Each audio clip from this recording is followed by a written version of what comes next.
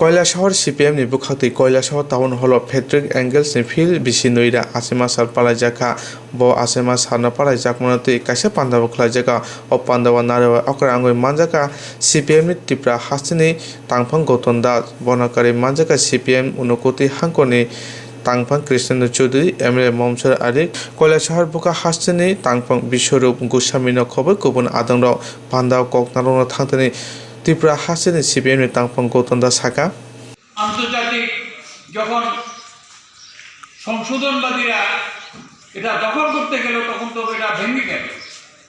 আবার উদ্যোগ হলো যে বিভিন্ন দেশের ট্রেড ইউনিয়ন নেতারা তারা বললেন যে না আমাদের মধ্যে আরো সম্মতি দরকার। এঙ্গেলস অনেক ভেবে চিন্তে দ্বিতীয় আন্তর্জাতিকের গঠনের অনুমোদন দিয়েছিলেন এবং তিনি প্রথম সম্মেলনে ভাষণও দিয়েছেন।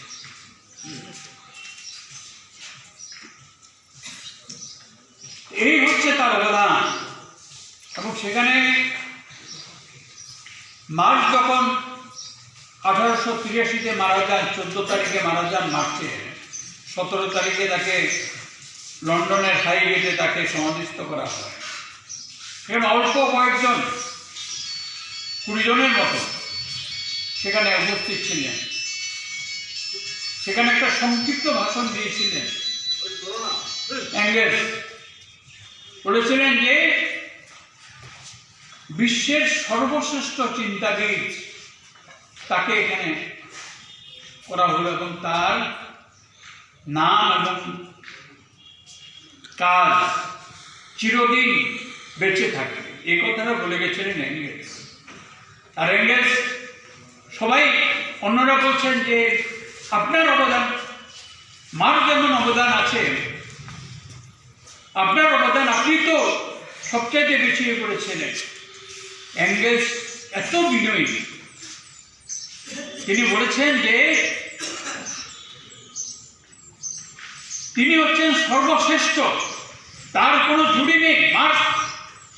মার্কসের যে দৃষ্টি, তিনি অনেক দূর থেকে দেখতেন সবকিছু। আমরা হচ্ছি তাকে সাহায্য করেছি। এর এত বিনয়ী, এত কাজ করেছেন, একটা বন্ধুকে বাঁচিয়ে রাখা, পরিবারটাকে বাঁচিয়ে রাখা। কেন?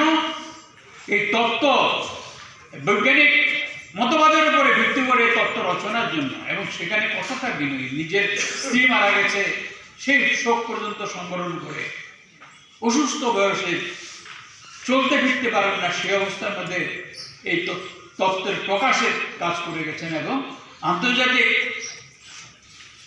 যে শ্রমিক আন্তর্জাতিকতা গড়ে তোলার ক্ষেত্রে বৈজ্ঞানিক সমাজতন্ত্রের জন্য সমানভাবে কাজ করে গেছেন। 1800